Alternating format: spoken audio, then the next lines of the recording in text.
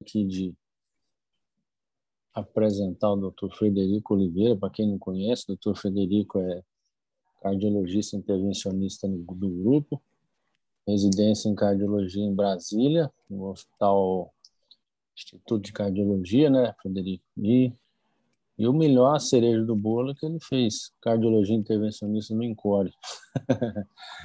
O Fred foi instrutor do ACLS até 2015, então ele tem gosta muito do assunto, né? E quando eu sugeri ele dar uma aula para a gente, ele de imediato falou em dar uma atualizada em parada cardiorrespiratória.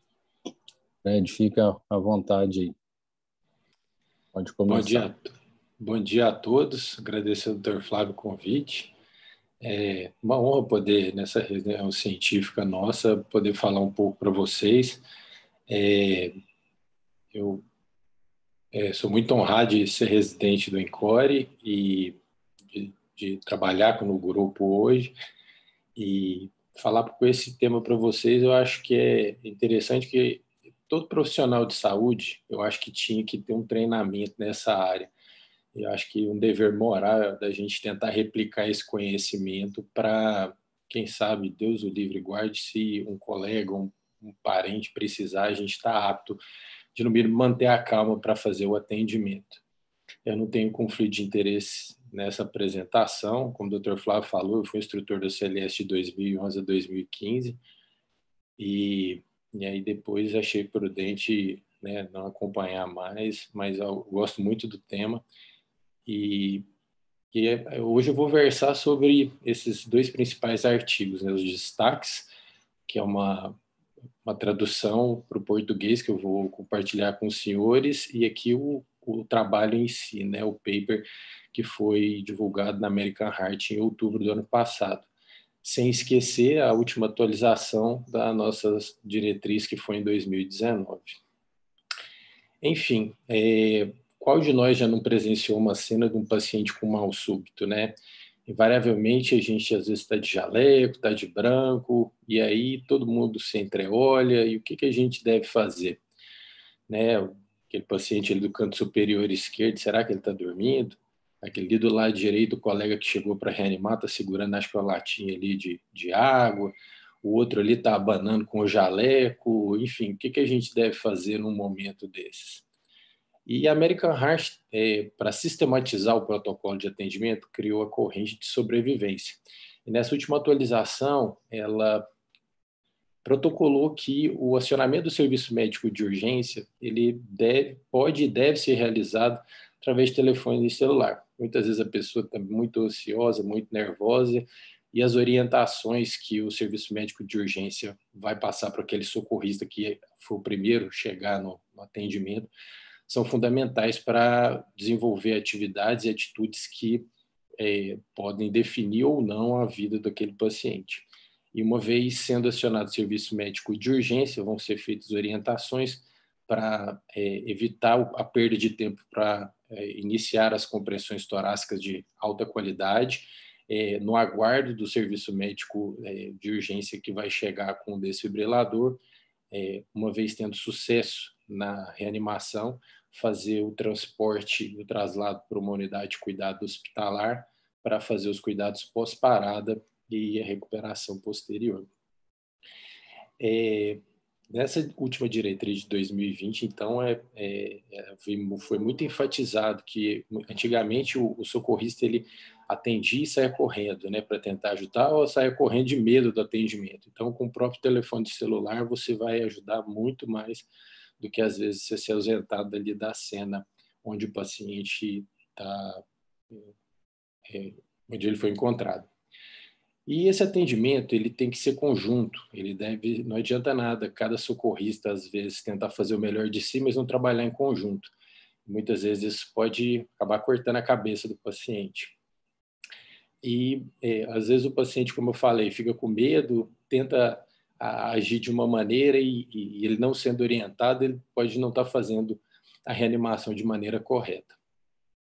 Muitas vezes o trabalho em conjunto pode ser um pouco exagerado. Esse rapaz aí já é a terceira vez que ele tenta se afogar essa semana, mas muitas vezes as compressões e o atendimento da parada cardiorrespiratória acabam, por vezes, sendo intuitivas, de maneira que, às vezes, até crianças, se vocês orientarem, podem tentar fazer de uma maneira para ajudar o paciente. Aqui ao centro, o professor Lelis, que muito gentilmente cedeu o manequim para que a gente depois possa fazer o treinamento com os enfermeiros e técnicos e os médicos que quiserem. Nós vamos fazer o treinamento aí na quarta e quinta-feiras, orientando a compressão torácica do meu filho e os meus sobrinhos. E por que é importante a gente falar sobre isso? Muitas vezes, no atendimento pré-hospitalar, a falta de instrução faz com que, apesar dos avanços, menos de 40% dos pacientes recebam reanimação cardiopulmonar.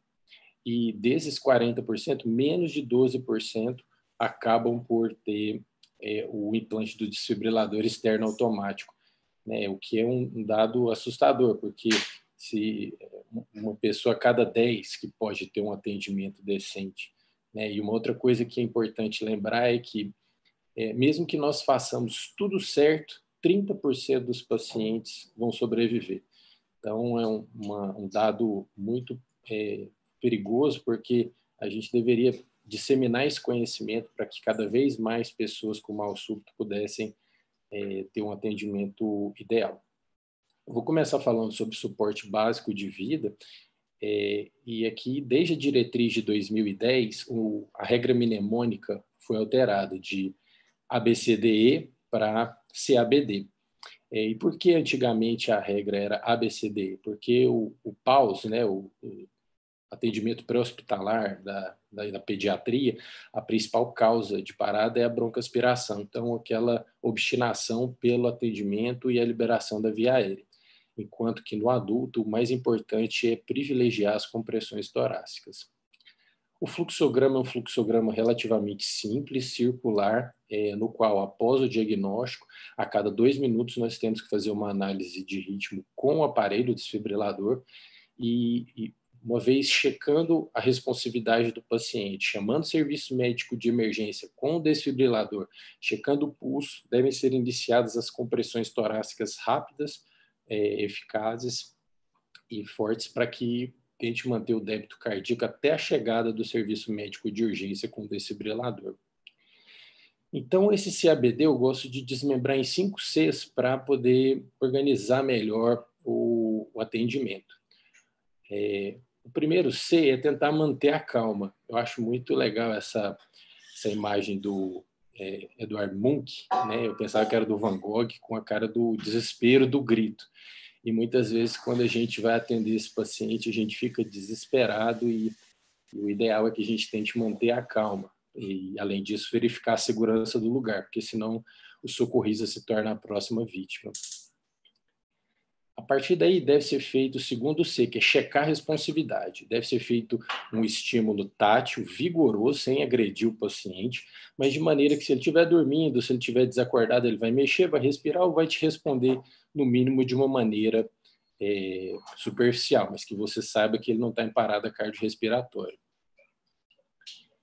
E é importante você checar a responsividade antes de você chamar ajuda, porque muitas vezes o paciente que às vezes está dormindo, ele pode ser confundido e aí você já deslocou todo um serviço médico de urgência para atendimento e que não pode ser eficaz. Esse rapaz acho que está querendo ser atendido por aquelas 2 moças que reanimaram aquele outro rapaz daquele diapositivo anterior.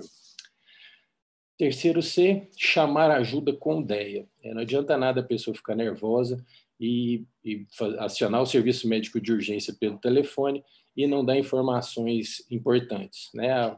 Estou aqui no meio da Anhanguera e o paciente teve uma parada cardíaca, manda ambulância. A Anhanguera vai desde Senador Canedo até lá em Goianeira. Então, uma coisa que tem que ser tranquila, você tem que ser objetivo. Eu estou aqui na Anhanguera, na frente do zoológico, do lado direito da pista, enfim, eu estou perto do bombeiro, enfim, são orientações que vão ser fundamentais para que o serviço médico avançado com o desfibrilador chegue. E por que chamar ajuda com o desfibrilador? né, mais ou menos 60% das causas de parada cardiorrespiratória no ambiente extra-hospitalar são por fibrilação ou taquicardia ventricular sem pulso, e dessas, em torno de 60% são por isquemia miocárdica, ou seja, angina instável, infarto sem supra, infarto agudo do miocárdio. E não adianta nada o socorrista fazer a melhor compressão torácica se ele não objetivar a solicitação da vinda do serviço médico de urgência com o desfibrilador automático. E ele é que vai tirar o paciente dessa arritmia. E como a gente enfatizou no início, pode ser feito através do telefone celular. O quarto C é a checagem de pulso. O socorrista não deve demorar não menos que 5, mas também não mais que 10 segundos. E lembrar que o pulso carotídeo, o paciente tem em torno de no mínimo 60 milímetros de mercúrio, o pulso radial 80 milímetros de mercúrio, e não é o método ideal, especialmente para leigos. Nós, na hemodinâmica, nós temos o privilégio de estar com uma linha arterial invasiva, e invariavelmente a gente vai observar que a pressão pode às vezes estar em torno de 30 milímetros, 40 milímetros de mercúrio, são imperceptíveis à polpa digital, mas a gente consegue ver a curva no transdutor de pressão. E o quinto C deve ser feitas as compressões torácicas, né? O famoso push fast, push hard, né? Comprimir rápido e forte para que a gente consiga ejetar o sangue que está dentro do coração e também, ao relaxar o tórax, fazer um efeito vácuo para que ocorra o retorno venoso. Em relação às principais atualizações, os socorristas leigos devem sempre privilegiar a compressão torácica, independente se o paciente não estiver realmente em parada cardiorrespiratória, porque o malefício não vai ser muito pequeno perto do benefício se ele estiver em parada. A diretriz enfatiza que é classe de recomendação 1, que mesmo o socorrista sozinho, ele deve iniciar as compressões torácicas em detrimento à ventilação, especialmente em tempos de Covid. E é razoável que essas compressões possam ser intercaladas com a ventilação, mas o privilégio, a classe de recomendação só das compressões é 1 e intercalado 2A. E como devem ser feitas essas compressões torácicas? As compressões devem ser feitas com a mão dominante abaixo, no meio do corpo do externo. Tem gente que costuma falar que na região intermamilar, mas às vezes tem mulheres com mama pitótica e muito grandes, a pessoa vai fazer compressão na cicatriz umbilical, lá na sífise pública, então, não, o ideal é comprimir o meio do corpo do externo. E o socorrista vai colocar a mão dominante por baixo, quem é canhoto vai colocar a mão esquerda, quem é destro vai colocar a mão direita, entrelaçar os dedos e vai ficar de joelhos ao lado do paciente, de tal forma que ele vai estender os braços e vai iniciar as compressões fletindo a dorsal e não dobrando os braços, porque se for começar a dobrar o braço, o socorrista vai se fadigar muito rápido e vai perder a força e a fração de contração.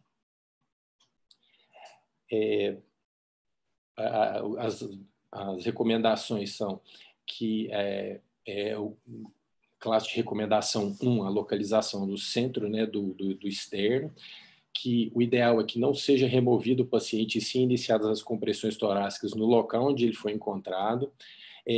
Pode ser realizado o posicionamento de um anteparo rígido na posição supina, e em pacientes, às vezes, que em tempos de Covid, a gente lembra que muitas vezes o paciente está com uma ventilação em prona, pode ser realizada, mas uma classe de recomendação fraca 2B, fazer a reanimação, as compressões torácicas com o paciente pronado. Como que devem ser feitas essas compressões? Como eu falei, o paciente de joelhos, ele vai ficar inclinado sobre o tórax do paciente, ele vai usar a força da gravidade, do peso do tórax para fazer essa compressão, como se fosse um pistão. Essa frequência de compressões ela deve ser realizada em torno de 100 a 120 por minuto, uma profundidade em torno de 5 a 6 centímetros e numa frequência intercalada com as ventilações em torno de 30 compressões para 2 ventilações. em relação à pausa nas compressões, o ideal é que sempre seja evitado ao máximo as pausas, especialmente quando for com o desfibrilador externo automático, para evitar que perca o débito cerebral e coronariano.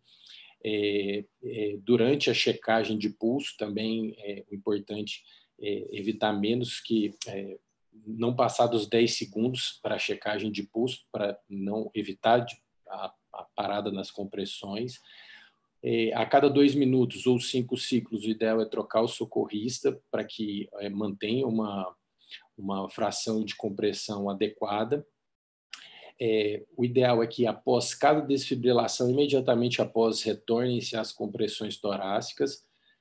E o ideal é que durante as compressões só seja interrompido no momento da ventilação.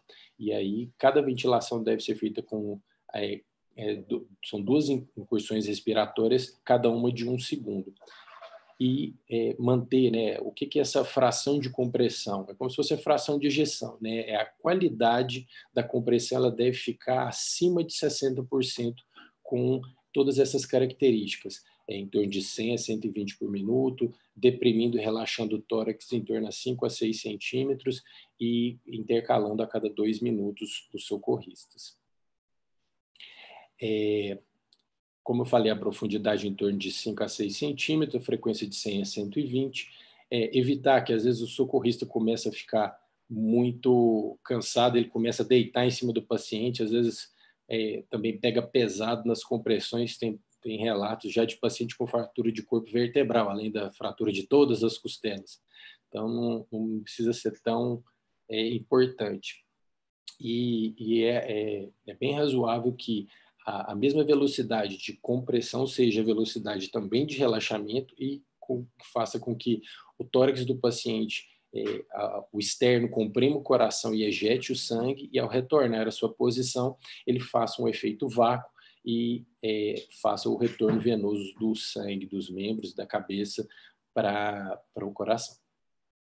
E por que da frequência entre 100 a 120 compressões por minuto? No gráfico superior à esquerda, a gente observa aí que a gente só consegue atingir um débito cerebral a partir do 40º, enquanto que no gráfico inferior à direita, a partir do 5º ao 10º, a gente já tem esse débito cerebral, e na curva inferior aqui a gente tem a curva de perfusão diastólica coronariana, que ela também vai aumentando paulatinamente com as compressões nessa frequência.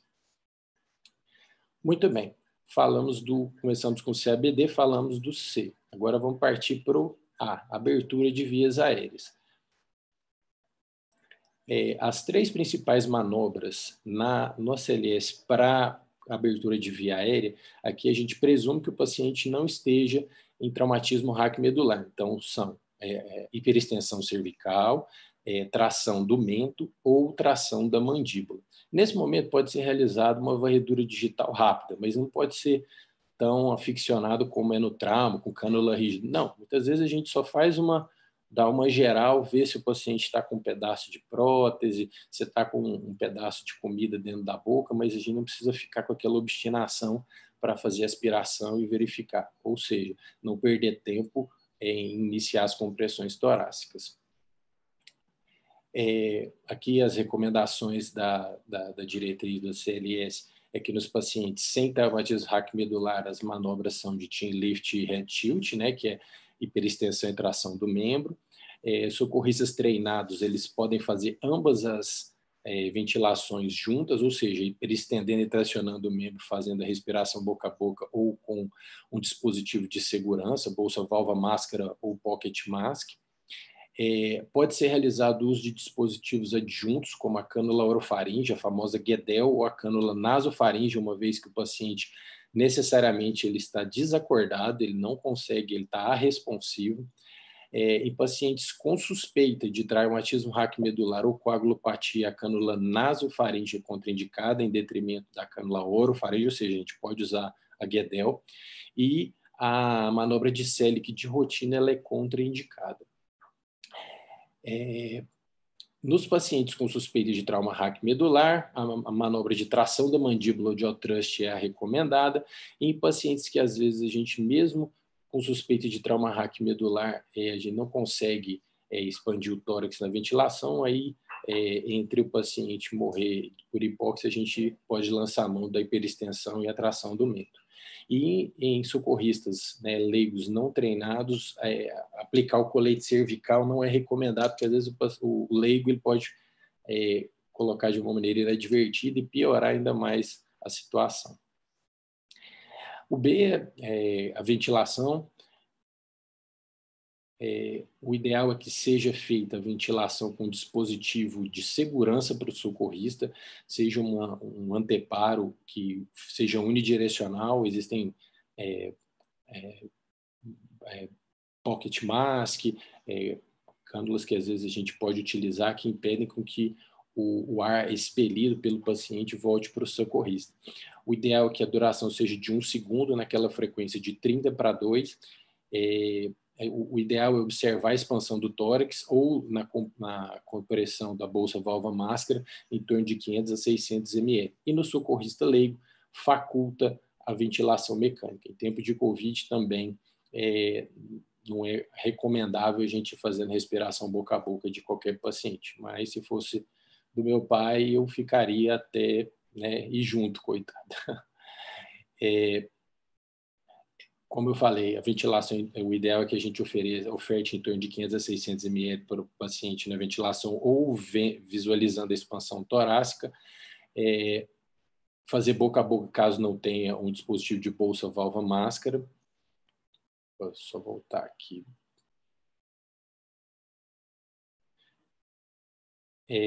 O ideal é que nas 2 ventilações intercaladas com as 30 compressões ocorra em 1 segundo uma inspiração para soprar, né, para insuflar o pulmão do paciente de maneira regular. Não é para que ela soprar e estourar a boca do balão, não. A gente faz uma ventilação confortável, tanto para o socorrista quanto para o paciente. E é contraindicada a ventilação excessiva, né, para os pacientes. Além disso, no caso de pacientes com anquilose de ATM ou incapacidade de Pierre-Robin, pode ser realizada a ventilação boca-nariz, e em pacientes que têm traqueostomia, boca-tráqueo ou bolsa válvula máscara, né, o ambu na própria traqueostomia. Desfibrilação, né, chegando ao fim do BLS, a famosa chupeta, né, para tentar reverter o ritmo elétrico do paciente. Como é que ela deve ser realizada? Apesar de ser enfadonho falar, é importantíssimo que a primeira coisa quando chegar o aparelho é ligar o aparelho. Então, às vezes a pessoa posiciona, continua as compressões torácicas e fica esperando uma iluminação divina para ligar o aparelho. E o aparelho ele é intuitivo, ele é feito para leigos. Então, uma vez ligando o aparelho, a primeira coisa que ele vai falar é: mantenha a calma, conecte as pás no tórax do paciente. Depois ele vai orientar: conecte o cabo no aparelho. E aí, nesse momento, ele vai falar: análise de ritmo, não toque o paciente, todos se afastem. Ele vai fazer a análise de ritmo e se orientar, se o paciente tiver com um ritmo passível de choque, ele vai falar: choque recomendável, carregando, todos se afastem. E aí, por fim, um botão luminoso vai começar a piscar no centro do aparelho. Ele fala: choque recomendável, aperte o botão que pisca. Então, assim, é muito intuitivo e o ideal é que, primeira coisa, ligar o aparelho. Ligou o aparelho, conectou as pás, depois conecta no aparelho, ele já vai fazer a análise de ritmo e, uma vez recomendando o choque, o botão vai piscar e deve ser feita a administração do choque. As regiões são infraclavicular, o ideal infraclavicular à direita e na linha axilar anterior com 5º e 6º espaço intercostal à esquerda. O ideal é sempre manter as compressões torácicas até a chegada do desfibrilador externo automático. Em pacientes que não foi testemunhada a parada cardiorrespiratória, o ideal é a gente fazer as compressões torácicas no mínimo por um ciclo de 2 minutos, para que haja um pouco de débito cerebral e coronariano. Agora, se essa parada foi testemunhada, o ideal é já colocar o desfibrilador externo automático. E o ideal é que imediatamente após a entrega do choque, sejam reiniciadas as compressões torácicas. Eu gosto assim, a aula online é interessante nesse tipo de apresentação, porque a gente fica igual dentista, né? Com a boca aberta e a pessoa pergunta, fala e ninguém responde, mas enfim. Se o paciente tiver muitos pelos, normalmente esse aparelho ele vem com duas pás que são autocolantes e você pode usar ela para depilar o paciente ou vem com barbeador, enfim, você pode lançar a mão disso. Se tiver mamas volumosas, ideia é levantar a mama e colocar o mais próximo ao gradil costal. Se o paciente tiver muito suado, né, como a gente fala, a maior parte é por semicoronária, enxugar o máximo possível. Se o paciente tiver marca-passo, né, na região infraclavicular direita, a gente pode inverter o posicionamento. E aí a gente coloca uma pá na região infraclavicular à esquerda e a outra pá a gente coloca na linha axilar anterior, no quinto e sexto espaço intercostal à direita. E se o paciente tiver um marca-passo, um CDI, a gente coloca no corpo do externo e na região posterior do tórax. Aí se o paciente estiver na piscina, tira o paciente da água, não vai reanimar dentro da água, e seca o paciente. E na neve? A neve ela tem muito ar de permeio, então é um isolante elétrico. Eu achei interessante nessa apresentação que, apesar de fraco, ele tenta ressuscitar o soco precordial. O paciente ele tem que estar monitorizado no ambiente intra-hospitalar, especialmente no laboratório de cateterismo, tem que ter um teste do pezinho negativo, não tem que ter fenilcetor, enfim, é muito difícil, mas pode ser realizado. E reanimação por tosse. Eu só fui conhecer esse dispositivo de reanimação na sala de hemodinâmica. Às vezes, o paciente, a gente observa a monitorização e a gente vê que ele vai começando a fazer uma sistolia, ou começa a fazer uma taquicardia ventricular, a gente pede para o paciente tossir e a contração espasmódica do diafragma pode ser um estímulo elétrico que reverte essa arritmia. Achei bastante interessante, mas também um nível fraco de recomendação. Como é que é o fluxograma de atendimento?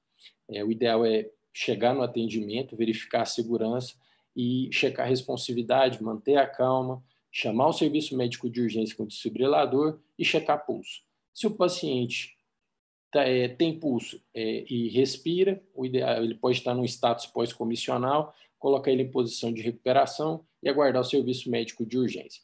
Se o paciente ele respira, ele tem pulso, mas não respira, pode ser uma parada respiratória. O ideal é que a gente faça uma respiração a cada 5 a 6 segundos, portanto 10 a 12 por minuto. E sempre reavaliando esse paciente, pois ele pode evoluir para uma parada respiratória. E se o paciente não tem pulso e não respira, aí a gente está perante a uma parada cardíaca e aí a gente imediatamente, após já a checagem do pulso, vai iniciar as compressões torácicas intercaladas com 2 ventilações a cada 30 compressões. Quando o desfibrilador chega, a primeira coisa é ligar o aparelho, pode ser idiota isso que eu estou falando, mas é importantíssimo, colocar as pás, conectar o aparelho, ele vai orientar se o ritmo é chocável ou não. Se o ritmo é chocável, administrar o choque após ele carregar e imediatamente após voltar às compressões torácicas. Se o ritmo é não chocável, mais um motivo para persistir com as compressões torácicas. Aqui só ilustrando, né, a socorrista chegou, checou responsividade, expôs o tórax, chamou por ajuda, checou o pulso por não menos que 5, porém não mais que 10 segundos, e imediatamente começou as compressões torácicas. Intercaladas 30 para 2, aqui com o dispositivo que é o Pocket Mask, ou com a respiração boca a boca. O desfibrilador chegou, ligou o aparelho, conectou as pás, eu me afasto, você se afasta, todos se afastam. O paciente acordou, conversou, se mexeu, falou palavras inapropriadas, mas ele teve sinais vitais que te façam acreditar que ele tenha pulso, aí sim você pode checar o pulso ou colocá-lo em posição de recuperação até a chegada do serviço médico de urgência. Até quando a gente deve fazer as manobras de compressão torácica? Como eu falei, até quando o paciente acordar, querer sair andando, ou quando chegar ao serviço médico de urgência. E após os 2 minutos, se na análise de ritmo o choque não for aconselhável, a gente deve checar o pulso? Não, não deve checar o pulso, especialmente porque muitas vezes a gente está orientando isso para leigo e o paciente pode ainda estar em parada cardiorrespiratória e evoluir novamente para perda do pulso. Então, o ideal é até que ele acorde ou que ele chegue ao serviço médico de urgência. E eu achei interessante que nessa atualização houve uma parte que orienta a cessação das incursões, porque muitas vezes a gente chega para atender um paciente, ele já está lá com livor cadavérico e a família fica com aquele olho, mas a gente também tem que ter bom senso. O americano ele é muito frio às vezes nessa parte, mas a gente tem que tentar ser objetivo. Então, se teve uma parada cardíaca não testemunhada, não houve em nenhum momento retorno da circulação espontânea e o choque não foi aconselhável nenhuma vez, se todos esses critérios forem preenchidos, a equipe do suporte médico de urgência pode encerrar as incursões de tentativa de reanimação. Agora, se um desses critérios forem contemplados, se a parada foi testemunhada, se houve em algum momento retorno da circulação espontânea ou o desfibrilador foi acionado, deve se persistir com a reanimação. Muito bem, passando agora para o suporte avançado. A corrente de sobrevivência no ambiente intra-hospitalar, ou seja, no suporte avançado, ela é muito importante principalmente no fator prevenção e proteção dos pacientes em relação à parada cardiorrespiratória. Uma vez sendo feito o diagnóstico, a gente vai acionar o serviço médico de urgência, que no ambiente hospitalar é o carrinho de parada com o médico, e imediatamente após iniciar as compressões de alta qualidade até a chegada do carrinho. Chegando o carrinho, fazer a monitorização, desfibrilação se necessário. Se o paciente apresentar retorno da circulação espontânea, manter os cuidados pós-parada e depois reabilitação e recuperação. Esse trabalho antigo, publicado no Chest em 1998, falando que mais ou menos 66% dos pacientes apresentavam alterações dos sinais e sintomas em torno de 6 horas antes de uma parada cardíaca. E desses, às vezes, só 25% eram comunicados aos médicos. Então, é uma coisa que tem que haver uma comunicação entre a equipe de enfermagem e a equipe médica para prevenir esse tipo de acontecimento. E, em relação à parada respiratória, 70% dos pacientes nas últimas 8 horas podem alterar alterações respiratórias. Enfim, esse foi o trabalho que mostrou a importância do time de resposta rápida no atendimento dos pacientes, muitas vezes ambulatoriais ou de enfermaria. Em relação aos principais ritmos de parada, eu vou me ater só a esses 4, eu até aconselho, vou mandar para os senhores depois esses 3 artigos, a diretriz traduzida, o artigo completo e a diretriz brasileira, porque ele faz uma revisão de todas as BRADs estáveis e instáveis, taquiarritmias estáveis e instáveis, mas aqui eu vou me ater só aos 4 ritmos de parada mesmo, que são atividade elétrica sem pulso, a sistolia, fibrilação ventricular e taquicardia ventricular sem pulso. Depois da brilhante aula do Dr. Elano, uns 15 dias atrás, quem sou eu na fila do pão para querer discutir se é uma TV, se é uma TAV com aberrância, mas o importante é saber que se o paciente apresenta um traçado serrilhado, grosseiro, que é um ritmo chocável, e se ele apresenta uma linha reta ou um ritmo organizado que não tem pulso, a gente está de um ritmo não chocável, que é a sistolia e a atividade eletromecânica. O algoritmo de 2010, esse diapositivo é bem poluído, mas eu quero só para dar uma noção, que a atualização foi só a cor e aqui a melhora do nível de evidência da lidocaína quando comparada com a miodarona. É um fluxograma circular em que a cada 2 minutos uma medida deve ser cobrada em relação a um ciclo anterior, deve ser feita uma atividade naquele ciclo e uma preparação para o ciclo seguinte. Em relação ao acesso vascular, é razoável sempre tentar o acesso venoso, 2A. O acesso intraósseo, ele caiu a evidência, antigamente na diretriz de 2015, ela tinha o mesmo nível de evidência do que o acesso venoso, foram constatadas várias complicações em relação a esse tipo de acesso, então caiu para um nível de evidência 2B, o mesmo nível de evidência de um acesso central por um socorrista habilitado. né? E também o mesmo nível de evidência caso não haja um acesso venoso adequado, que sejam utilizadas as drogas endotraqueais. Lembrar aqui o Vanel, né? São a vasopressina, atropina, naloxona, epinefrina e lidocaína. Sempre lembrar de fazer o dobro da dose que seria feita venosa e o soro em torno de 10 ml através do tubo. Em relação ao manejo dos vasopressores, é recomendado a epinefrina sempre como principal vasopressor e que ela seja repetida a cada 3 a 5 minutos. E em respeito ao tempo, nos pacientes que têm uma parada não chocável, ou seja, a AESP ou a sistolia, o ideal é sempre fazer epinefrina o mais precoce possível. Nos pacientes que têm um ritmo chocável, o ideal é que a gente faça epinefrina assim que a gente constate que houve uma falência na desfibrilação, ou seja, foi feita a desfibrilação, um ciclo de 2 minutos, na próxima análise de ritmo, se o paciente foi refratário à desfibrilação, aí sim a primeira droga necessariamente é um vasopressor. A vasopressina, ela pode ser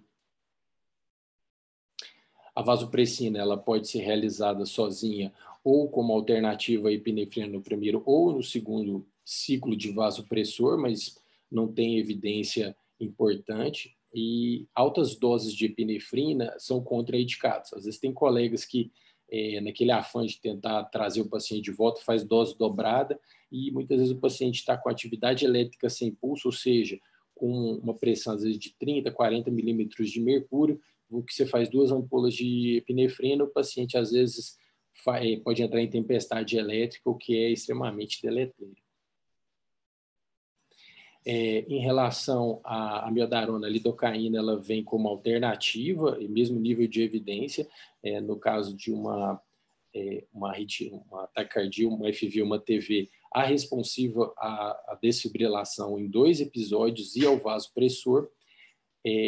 No ambiente extra-hospitalar, o uso de corticoides tem um benefício incerto, portanto, nível de evidência 2B, e o uso rotineiro de gluconato de cálcio, bicarbonato de sódio, sulfato de magnésio é contraindicado. Como é que é o fluxograma de atendimento desses pacientes? Primeira coisa, sendo constatada a parada cardiorrespiratória, iniciar o CABD do suporte básico. Iniciar as compressões torácicas, manter a calma, chamar por ajuda com o desfibrilador, checar o pulso e iniciar as compressões torácicas. O carrinho de parada chegou no ambiente, a primeira coisa que a gente vai fazer é monitorização com as PAs.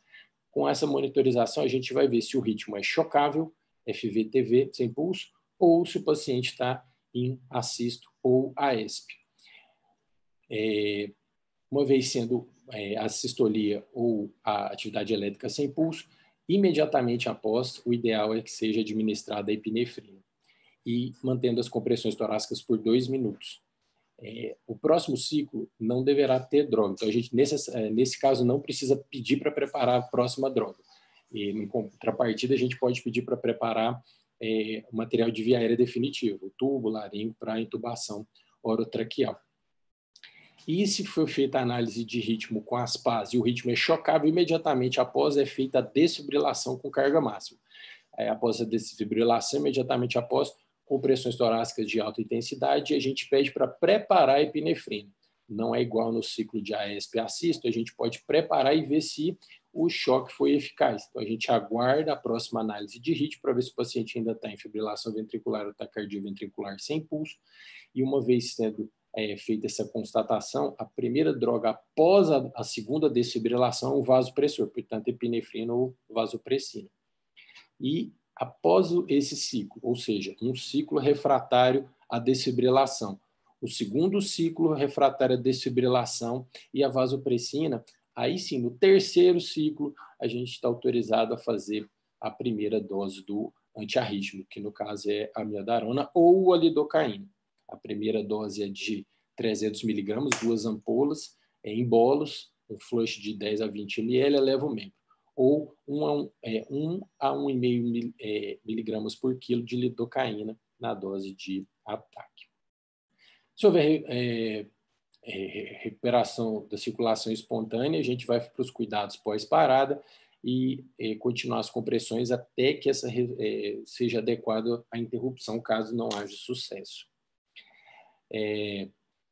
Como eu falei, a epinefrina nos ritmos não chocáveis o mais breve possível, ou seja, o imediatamente após, e é importante que a gente sempre objetive fazer essa droga o mais precoce possível nos ritmos não chocáveis.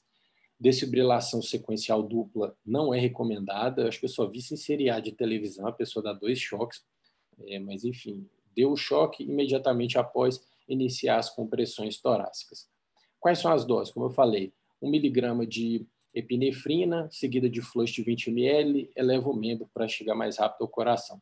A meldarona, a dose inicial de 300 miligramas ou 2 ampolas, e a segunda dose é de 1 ampola ou 150 miligramas. Lidocaína, como eu falei, 1 a 1,5 miligrama por quilo, e a segunda dose de meio a 0,75 miligrama por quilo, na segunda e última dose do antiarrítmico. Em relação à via aérea avançada, pode ser realizado se o paciente aceitar e tiver com uma boa expansão torácica, uma via aérea supraglótica, não precisa ser necessariamente uma via aérea definitiva com tubo orotraqueal. A capnografia por onda de pulso é extremamente importante, principalmente em relação à monitorização da parada. A gente vai ver a seguir que a gente pode fazer uma avaliação desde se o paciente está entubado, a qualidade das compressões torácicas, até se o paciente teve retorno da circulação espontânea.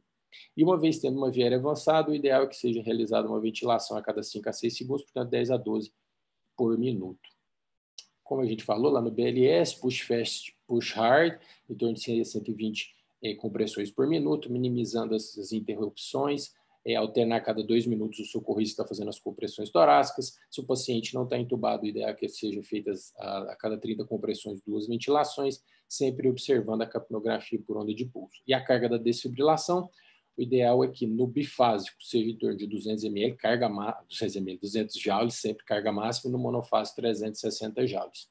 E durante a avaliação, sempre tentar checar os Hs e Ts, né? Observar se o paciente tem retorno, se ele tem um aumento abrupto da onda de capnografia, da onda de pulso, maior que 40, isso infere que o paciente pode ter feito o retorno da circulação espontânea. E nesse momento ele também pode checar pulso, né, na análise de ritmo a cada 2 minutos. E sempre tentar reverter as causas possíveis reversíveis, né, os famosos 5Hs e 5Ts. No ambiente intra-hospitalar, a hipovolemia e a hipóxia são os principais. Então, uma via aérea definitiva e repor volume, a gente já vai reverter as principais causas não evidentes, né? Agora, a acidose, hipercalemia, hipotermia, a gente muitas vezes vai fazer essa avaliação com a gasometria depois que o paciente restabeleceu o ritmo circulatório espontâneo. Em relação também aos T's, a gente tem a tensão do tórax e a tensão cardíaca, ou seja, o pneumotórax, que pode comprimir o coração, e o derrame pericárdico, o tamponamento cardíaco também faz uma semi-restrição diastólica. Trombose pulmonar, tromboembolismo pulmonar e trombose coronariana, que é o infarto. E as drogas que invariavelmente podem levar o paciente à parada cardíaca. Em relação ao acesso, como a gente havia falado, o acesso intraósseo, ele caiu o nível de evidência, então sempre tentar privilegiar o acesso venoso. E aqui, como é que é o fluxograma? Uma vez sendo constatado o paciente em parada, sendo monitorizado, iniciar o suporte básico, com CABD, com pressões torácicas intercaladas de 30/2, e deve ser realizada a administração da epinefrina o mais breve possível no primeiro ciclo, seguido do flush de 20 ml e elevação do membro. Segundo ciclo, o paciente ainda continua, a gente, após 2 minutos, fez análise de ritmo, o paciente continua em AESP. A gente vai considerar a via aérea e pedir para preparar a próxima dose de epinefrina. Então, a gente vai fazer um ciclo sem droga e tentar investigar e reverter ativamente as causas dos 5Hs e os 5Ts. No terceiro ciclo, a gente vai administrar aquela epinefrina que a gente tinha pedido para preparar no ciclo anterior, seguido de 20 ml, elevação do membro, e tentar reverter essas causas reversíveis. No caso da sistolia, a gente tem sempre lembrado do protocolo, famoso protocolo da linha reta. O que é isso? Às vezes o paciente está com uma linha reta e para evitar uma cagada a gente tem que checar os cabos, o ganho e a derivação. Às vezes o paciente desconectou o cabo, a gente está ali achando que é uma sistolia, o paciente ou já revoltou com um ritmo passível de ter perfusão, ou às vezes ele está com a fibrilação, a gente está perdendo tempo de desfibrilar. O ganho, às vezes a gente tem que aumentar o ganho, pode ter uma linha reta e a gente observa que o paciente está com a fibrilação muito fina e a derivação com as pás a gente inverte o posicionamento, né, da mesma forma que o paciente que tem um CDI, um marca-passo, a gente inverte os polos, coloca a pá apical, a gente coloca infraclavicular e a do externo a gente às vezes coloca na região, na linha axilar anterior com o que diz espaço intercostal à direita, ou às vezes a gente troca os eletrodos. Então, isso no próprio desfibrilador, às vezes a gente consegue mudar a derivação. E o fluxograma em relação a FV-TV? Né? O ideal é manter o suporte básico e se o paciente está com ritmo chocável, desfibrilação, carga máxima, 200 no bifásico, 360 no monofásico.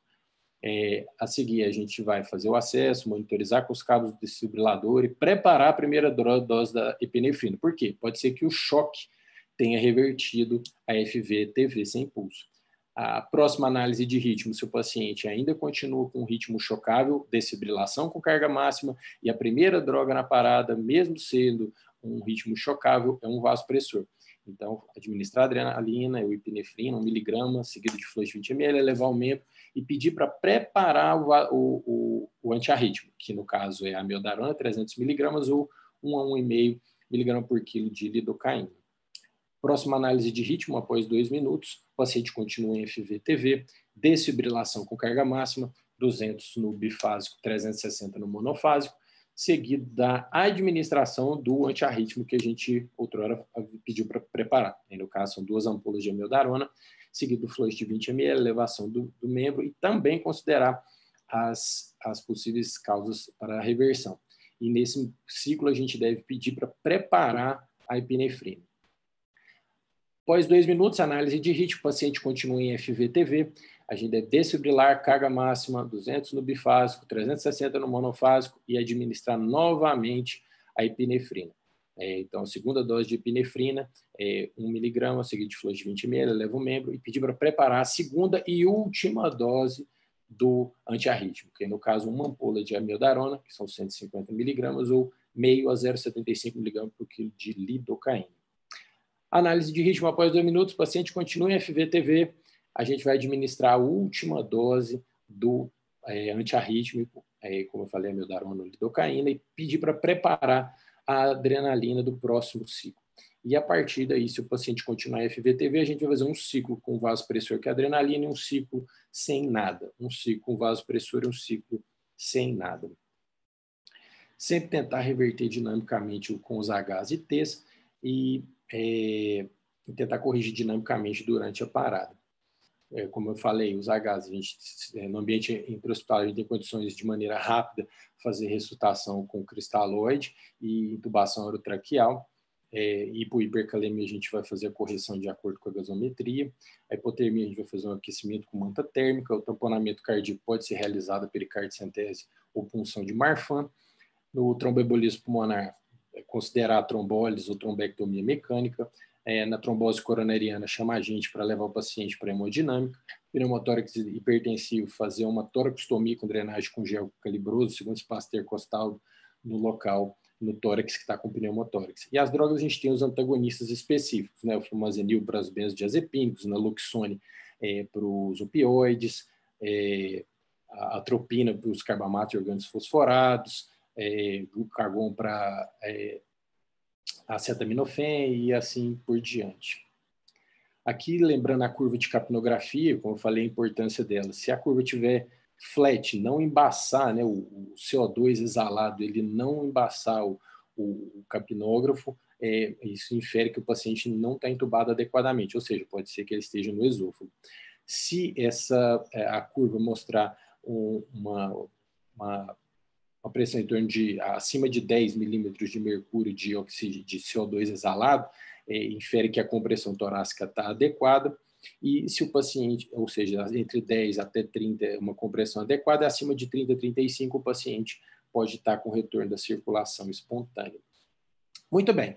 Voltamos o paciente e o que a gente vai fazer? A gente vai chamar a família, vai comemorar? Não, a gente tem que ser uma vigilância contínua para impedir que o paciente volte a ter a mesma parada cardíaca. Quem tem pulso, tem pressão, tem saturação, tem capnografia com onda de pulso e tem os objetivos para a gente tentar certificar. Então, a pressão sistólica acima de 90, a pressão arterial média acima de 65, tentar corrigir as causas que levaram a essa parada, né, os Hs e Ts. Nos pacientes comatosos, considerar a hipotermia terapêutica de acordo com o protocolo de cada serviço.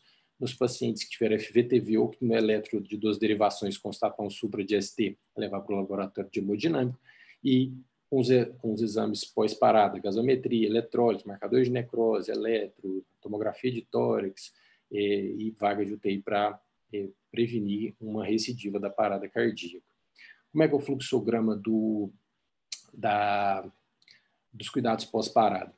Foi conseguido o retorno da circulação espontânea, o ideal é uma via aérea definitiva com posicionamento do tubo orotraqueal, e aqui o ideal é que a gente não tenha um dispositivo supraglótico, porque o paciente voltou, a gente tem mais tranquilidade de agir.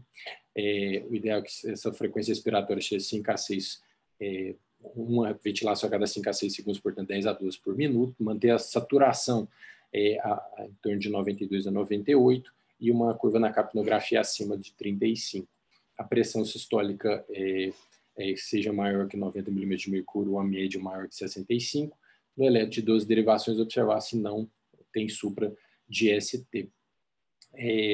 Considerar o suporte de assistência circulatória, o CLS americano, nesse momento, considera fazer o uso de Impella, balão intraórtico, Centrimag, ECMO, enfim, mas uma realidade que não é a nossa. E observar se o paciente ele atende ao comando, se ele está desperto e manter uma ventilação adequada, com catéter nasal ou com máscara com reservatório. E se ele estiver comatoso, o ideal é que a gente faça o protocolo de hipotermia terapêutica, eletroencefalograma, tomografia de crânio e outros manejos do paciente crítico. Então, só da nossa diretriz, né, falando que é para controlar bem a temperatura para minimizar o dano neurológico, se o paciente tiver com isquemia miocárdica, tratar o mais breve possível, garantir suporte ventilatório com qualidade, reduzir causas que possam levar à disfunção múltipla de órgãos, como acidose, né, tratar a hipocalemia, hipercalemia, se for constatado, fazer uma avaliação neurológica precoce também, né, mostrando a importância do Heart Brain Team, e promover a reabilitação dos pacientes que conseguiram ter sucesso na reanimação. Os principais objetivos, então, é manter a estabilidade hemodinâmica, transportar com segurança as vítimas para um ambiente de terapia intensiva, considerar a hipotermia terapêutica de acordo com a realidade de cada serviço, e reconhecer e evitar as causas que levaram à parada cardíaca. Uma vez a gente tendo sucesso, o ideal é evitar a hipoxemia, manter a saturação maior do que 92% a 98% e a curva de capnografia maior do que 35 milímetros de mercúrio. Aqui alguns tipos de via aérea supraglótica, né? O combitubo, o tubo laríngeo e a máscara laríngea que a gente dispõe no nosso serviço. Não vou tomar o tempo de vocês, que eu já me estendi um bocado. E aqui o famoso a cânula orofaríngea, né? O tubo orotraqueal, tubo orotraqueal, e que ele é feito através de laringoscopia direta ou indireta com videolaringoscopia. E aqui também ele faz uma ressalva para que a equipe também possa acessar a ressuscitação, ou seja, no paciente que tem uma parada não testemunhada, não existe nenhuma pessoa que assistiu essa parada, não houve retorno da circulação espontânea em nenhum momento dentre todos os ciclos e nenhum choque foi administrado, se todos esses critérios forem preenchidos, a gente pode também encerrar a ressuscitação. Aqui as take-home messages, né? Depois eu vou passar o artigo para que todos possam dar uma olhada. E antes de terminar, eu só queria mostrar esse brinquedinho. É um aplicativo na iOS, em que a gente pode treinar todos os algoritmos do ACLS de uma maneira lúdica e brincando. A gente treina e ele já é atualizado com as as diretrizes agora de 2020. Aqui, por exemplo, é um paciente que está com um ataque supra, a gente pede para ele fazer a manobra vagal, depois a gente faz 2 doses de adenosina e consegue reverter a arritmia. É um ataque à arritmia estável. Então, interessante para depois, caso vocês queiram treinar. Enfim, pessoal, muita coisa para discutir. Peço perdão aí pelo estender o tempo. Agradeço a oportunidade e em outras oportunidades, quiserem discutir mais coisas, estou à disposição.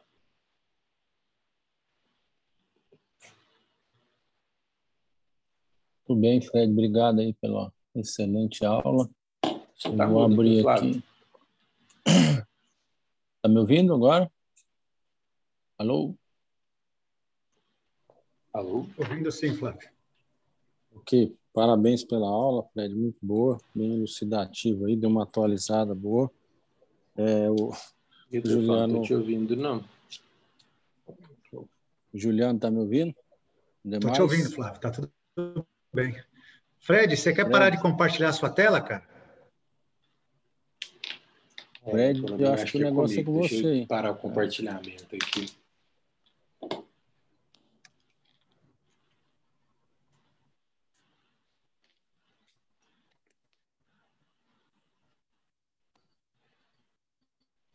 Fala, Júlio. Ouvindo, Fred? Agora sim estou ouvindo. Ok, parabéns pela aula, muito boa, deu uma atualizada legal. Vou abrir aí para perguntas para a gente finalizar essa sessão. Juliano, demais, quer fazer alguma colocação? Não, é só colocar aquilo que eu mandei no chat. Primeiro, parabéns, Fred. É o fato de que, em 2017, a gente fez uma pesquisa com o setor de emergência do Hospital de Urgências lá de Goiânia, e a taxa de reprovação, mandei o paper para vocês, nas pessoas, nos conhecimentos básicos que o Fred passou, foi de 89%. Então, se você olhar especificamente para o médico que estava lá na emergência, só 15% foram aprovados numa prova muito básica, quando você pensa nos conhecimentos de suporte básico de vida. Então, às vezes as pessoas acham que sabem, mas quando vai ver na hora da onça beber água mesmo, se embanana toda. E esse paper foi muito forte, porque assim, a gente mostrou que o pessoal que estava no setor de emergência do hospital de urgências, teoricamente 85%, 89% de desconhecimento na sequência, nas compressões, no ritmo, e assim, coisas que não eram perguntas avançadas. Então, complicado. Eu acho que é importante demais esse tipo de atualização. Eu posso falar alguma coisa aqui? Pode, à vontade. Sou eu que estou falando. Rapidinho aqui. Tô dentro da UTI. Peraí. Não, Arthur. Arthur? É o seguinte, o que ele fala, a atualização que ele fez é muito importante, e quando você pensa na parada cardíaca, é uma coisa muito rápida. Nós não estamos falando nesse tempo todo que foi a aula. É uma coisa muito rápida e essa dinâmica é muito intensiva. Se você parar para pensar, o Fred sabe bem disso aí, ele expôs muito bem isso, se você parar para pensar, é em questão de segundos, nós estamos falando de alguns minutos entre o paciente viver ou morrer. As ressuscitações de parada cardíaca intra-hospitalar, 18% só dos pacientes sobrevivem depois de 28 dias. É muito pouco, e no extra-hospitalar, no APH, né, no atendimento pré-hospitalar, é em torno de 7% das ressuscitações bem-sucedidas. Então, na verdade, é um treino. A equipe tem que estar bem treinada, você tem aquele time de resposta rápido e ele vai te dar esse suporte, você escolhe a equipe, treina a equipe, e todo mundo sabe o que faz naquele momento, porque se você esperar para aprender durante o procedimento, a mortalidade aumenta muito. Nós estamos falando de uma sobrevida baixa. E outra coisa aí a se dizer, o Fred, é que no Encore tem Impella, tem balão intraórtico, se o pessoal quiser ver, nós estamos aí. Esses dias nós desligamos aqui o balão intraórtico, né, doutor Flávio? Mas foi muito boa mesmo a aula. Porque no momento da parada, a gente já considerava o balão, uma coisa que, assim, muitas vezes coisa de outro mundo, né? às vezes se limita aí pelas fontes pagadoras, a gente sabe as limitações, mas o CLS às vezes já pede que a gente já sugere isso, né? E assim, como eu falei, até consegui um manequim para começar a treinar mesmo os técnicos de enfermagem, os enfermeiros, para que na hora da parada, a gente, como você bem falou, a gente não tem que aprender, né? A gente simplesmente aplique mais ou menos esse fluxograma que, assim, até uma judiação, né? A última estação do curso é a mais complexa, o colega tem que estar com todas as estações na ponta da língua para poder praticar esse fluxograma. Mas o meu objetivo é tentar elucidar isso para que todos possam ter tranquilidade na hora da parada, né? E outra coisa também que ficou bom aí é que é muito hands-on, né? Em 2010 foi o ACLS do hands-on, que ele falava sobre usar somente as mãos, né? Então, não preciso ficar esperando chegar todos os recursos. Eu começo a massagem, né? Seja quem for, em qualquer lugar que for, né? Uma vez eu coloquei até uma questão dessa na prova de residência, né? Se eu chamava o médico assistente na parada, se eu chamava o médico do intervenção rápida, quem que chamava quem, e entra aí no que estava sendo dito agora, que o Juliano estava falando, né? O erro dessa questão, nessa prova, foi grande demais, porque todo mundo chamava alguém. Na verdade, o alguém é você, né? Você que para e massageia. É o primeiro que viu, é o primeiro que intervém, né? Bacana, foi muito bom, Fred. Bom mesmo, bacana. Parabéns. É isso aí, eu acho.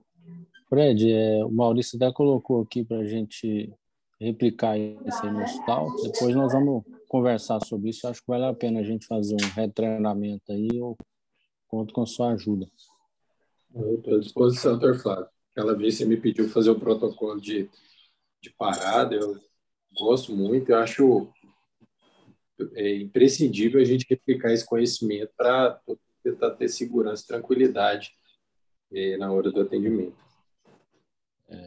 Esse estudo que o Juliano fez aí, realmente ele é desolador e desanimador. O hospital de referência pública aí, assim, de reprovação, é medonho, né? Por isso que esses treinamentos de vira e mexe têm que estar sempre sendo refeitos e replicados, né? Eu acho que é isso. Alguém quer fazer mais alguma colocação? Bom, acho que pelo adiantar da hora aí, eu vou encerrar mais uma vez aí. Muito obrigado, Fred. Parabéns pela excelente aula. Um bom dia a todos. Obrigado, bom dia.